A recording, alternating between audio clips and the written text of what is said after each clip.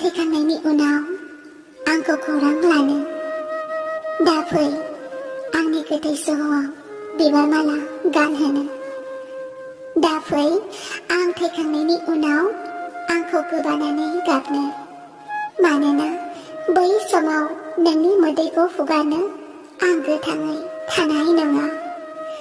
नों आंखौ जेसेबां गोदै रावजों बुरखाया मानो आं जेबो खोनानाय नङा।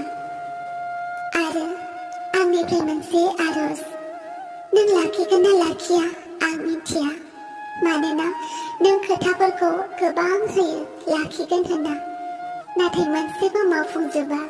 थेवबो जोबथा खेबसेबाव खावलायो, आंनि गोथै सह'आव बिबार माला दागानहो, मानोना नोंनि आखाइनिफ्राय बिबारनि मालाखौ जुलिनि मन्दपआवसो गानहोजानो सिमां साजायो।